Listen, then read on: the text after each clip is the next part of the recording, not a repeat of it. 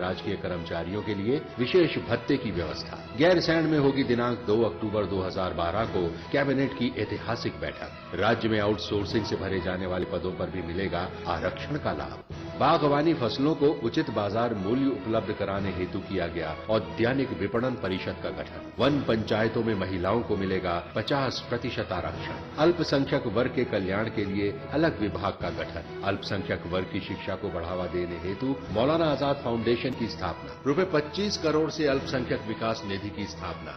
गन्ना किसानों के बकाया भुगतान के लिए 138 करोड़ रुपए मंजूर। टिहरी में होगी साहसिक खेल अकादमी की स्थापना। इको टूरिज्म निगम के गठन से बढ़ेगी पर्यटन विकास की संभावनाएं।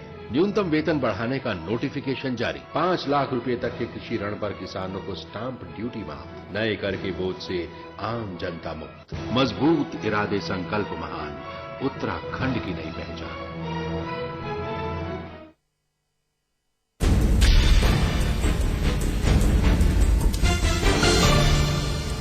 6 जगहों पर है खुशहाली। घर घर में मन रही है दिवाली, लेकिन पूरे प्रदेश में छाया अंधकार। सरकार का सौतेला व्यवहार। सियासत में कूदी बिजली रानी। उत्तर प्रदेश की है यही कहानी, सौतेली सरकार। अब बात उत्तर प्रदेश की बिजली व्यवस्था की करेंगे, जहां सरकार के नए रोस्टर के मुताबिक इटावा, मैनपुरी, कन्नौज, रामपुर, रायबरेली और अमेठी में 24 घंटे बिजली की सप्लाई होगी और बाकी इलाकों में अंधेरा छाया रहेगा। अब साहब, ये तो ज्यादती है। आखिर बाकी इलाकों के लोगों ने ऐसा भला क्या गुनाह कर दिया कि वहां के लोगों को अंधेरे से दो चार होना पड़ेगा? यह अपने आप में एक बहुत बड़ा सवाल है और इस सवाल के जवाब के लिए एक वकील ने एक PIL दाखिल की अदालत में। उसके बाद क्या हुआ वो आप देखिए। नाम के बाद उत्तर प्रदेश में शुरू हो गई है बिजली पर सियासत।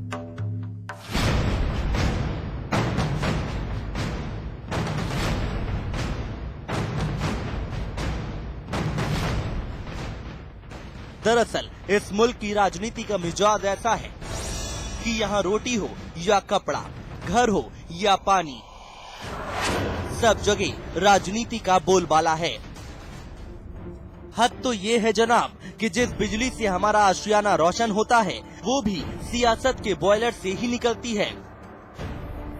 यकीन नहीं आता तो उत्तर प्रदेश की बिजली व्यवस्था पर नजर डालिए। इटावा, मैनपुरी, कन्नौज, रामपुर, रायबरेली, अमेठी, ये वो जिले हैं जहां सूरज कभी नहीं डूबता, क्योंकि इन जिलों पर बरसती है सरकार की रहमत। लिहाजा दिन हो या रात, सुबह हो या शाम, यहाँ 24 घंटे बिजली रहती है। तो क्या हुआ कि किसी गोरखपुर या बांदा वाले के लिए बिजली का मतलब सिर्फ चंद घंटों का उजाला होता है? दरअसल उत्तर प्रदेश की सरकार ने बिजली का जो नया रोस्टर लागू किया है उसके मुताबिक 75 में से 6 जिलों को 24 घंटे बिजली सप्लाई होगी। 3 जिले समाजवादी पार्टी के गढ़ हैं, तो रामपुर बाबा आजम का इलाका, वहीं रायबरेली से सोनिया गांधी सांसद हैं, तो अमेठी कांग्रेस के युवराज राहुल गांधी का इलाका। अब 69 जिलों की जनता ने भला क्या गुनाह कर दिया था कि वो अंधेरे में जीने के लिए अभिशप्त हैं? सिर्फ यही कि उनके इलाके से कोई बड़ा नेता चुनाव नहीं लड़ता, या फिर सरकार में उस इलाके की कोई सीधी भागीदारी नहीं है। आखिर वोट तो पूरे 75 जिलों की जनता देती है, और जो सरकार 5 कालिदास मार्ग पर बैठती है वो सिर्फ 6 जिलों की नहीं बल्कि पूरे 75 जिलों के लिए है।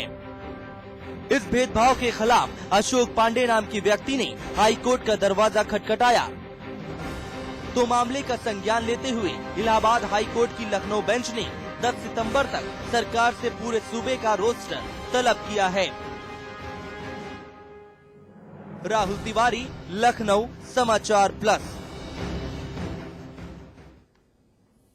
चलिए, वसीम अहमद साहब के पास चलेंगे। आप कांग्रेस के वरिष्ठ नेता हैं। वसीम अहमद साहब, मुझे ये समझाइए कि आखिरकार इन उत्तर प्रदेश में 6 जिलों को ही बिजली क्यों मिले, बाकी 69 जो जिले हैं उन्होंने क्या गुनाह कर दिया साहब? जी,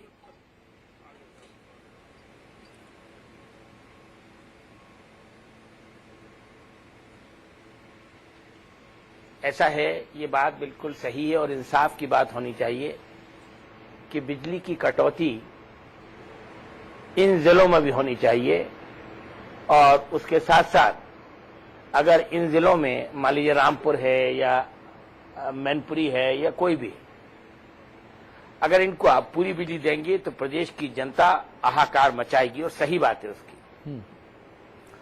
अब ये समाजवादी पार्टी की जिम्मेदारी है,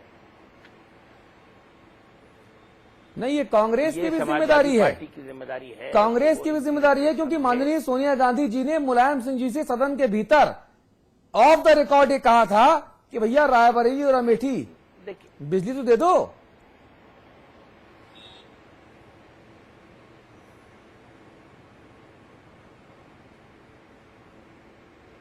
वो तो अगर वहां की मेंबर पार्लियामेंट हैं हाँ या राहुल जी अमेठी से मेंबर पार्लियामेंट हैं हाँ, तो अपनी जन समस्याओं को आदमी चीफ मिनिस्टर से भी कहेगा, लेकिन इसका मतलब ये बिल्कुल नहीं है कि पूरे उत्तर प्रदेश में बिजली की कटौती की जाए, कम किया जाए और उसको नाइंसाफी के साथ बिजली को दिया जाए। हाँ। ये कोई बहुत अच्छी बात नहीं है, लेकिन ये जो बार बार आप कह रहे हैं, भाई हर मेंबर पार्लियामेंट की जिम्मेदारी है कि वो इस आवाज को उठाए।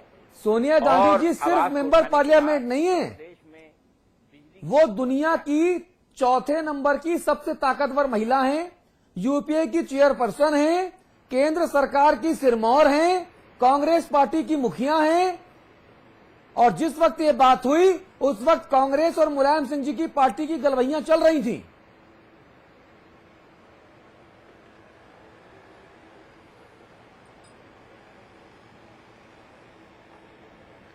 ऐसा है, ये तो आपकी राय होगी, लेकिन मैं जानता हूं सोनिया जी को अच्छी तरीके से और राहुल जी को भी अच्छी तरीके से कि वो इस तरीके से कभी कह ही नहीं सकते। हाँ, अगर अमेठी और रायबरेली में बिजली की कटौती हो रही थी तो मैं समझता ये हूं कि वो यूपीए के चेयरपर्सन की हैसियत से नहीं या पार्टी की इतनी बड़ी नेता होने की वजह से नहीं, अपनी जन समस्याओं को आदमी और अपने जिले की जन समस्याओं को चीफ मिनिस्टर से नहीं कहेगा तो किससे कहेगा? कहा उन्होंने। ऐसे ही हर मेंबर पार्लियामेंट की जिम्मेदारी है को अपनी बिजली की कटौती के लिए चीफ मिनिस्टर से बात करे और उसे सुलझाने की कोशिश करे। वसीम साहब, एक छोटा सा सवाल, जितनी तेजी से आनन फानन में समाजवादी सरकार ने सोनिया जी और सोनिया जी के जरिए राहुल जी का मेमोरेंडम भी, राहुल जी नहीं गए थे मुलायम सिंह के पास वहां बैठने, और उनका तुरंत मान लिया और अगले दिन सोनिया जी को सूचना हो गई कि भाई 24 घंटे लाइट आने लगी है अमेठी और रायबरेली में, और सोनिया जी फिर उठ के गई अपनी सीट से मुलायम सिंह जी के पास और उनको धन्यवाद भी दिया। बाकी जो 80 सांसद हैं वो तो सिर पकड़ के रो रहे हैं, वो कह रहे जी रोज धरना प्रदर्शन कर रहे हैं, कोई सुनने को तैयार नहीं। ये क्या माजरा है कि 1 मिनट कान में कहा और उधर बिजली सप्लाई शुरू, ये माजरा क्या है? नहीं, ऐसा नहीं है। अग्निहोत्री साहेब, बात आपकी शिकायत अपनी जगह जायज है और सही शिकायत है आपकी।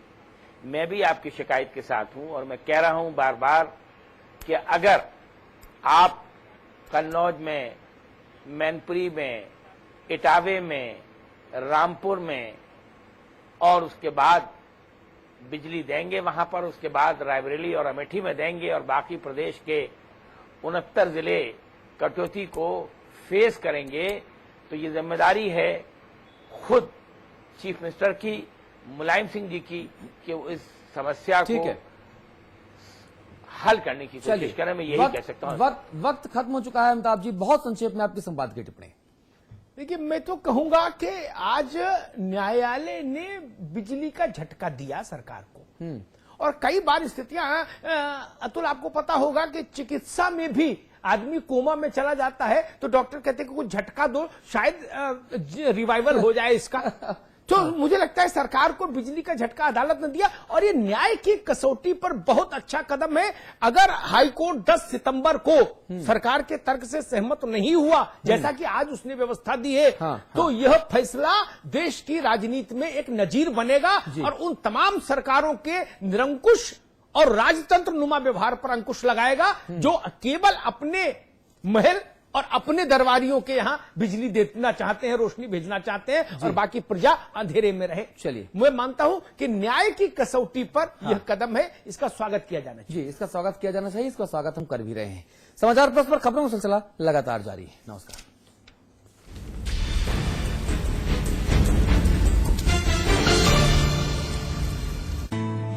India's largest university, with 25,000 students from 26 states of India and 16 countries, 25 international tie-ups, placements in 300 corporates, hostel facility for 15,000 students, ranked amongst the top universities of India, 600-acre campus, lovely professional university, transforming education, transforming India.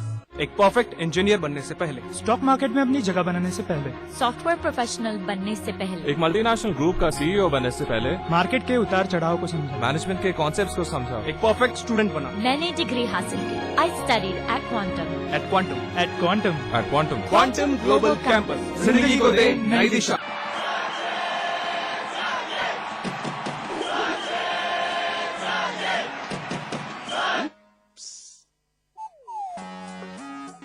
जोड़ी सही होनी चाहिए, जैसे सचिन और उनका बल्ला, जैसे luminous inverter और ल्यूमिनस ट्यूबुलर बैटरी।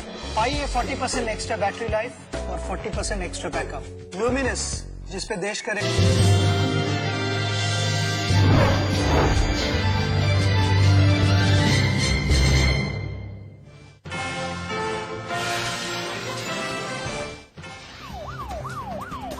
इस वक्त एक बड़ी खबर आ रही है लखनऊ से, जहां पर केंद्र में राजनीतिक विकल्प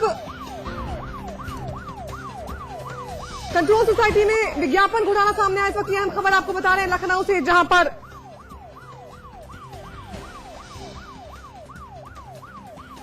तीसरे मोर्चे को लेकर फिर से अटकलें तेज हो गई हैं। सपा प्रमुख मुलायम सिंह यादव का ये बयान है, मौजूदा हालात में राजनीतिक विकल्प की जरूरत को लेकर अटकलें तेज हो गई और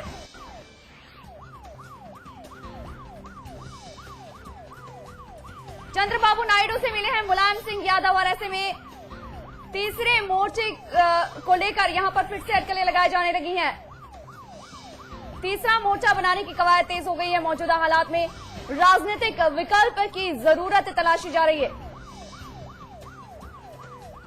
सीपीआई को भी मोर्चे में शामिल करने की कोशिश।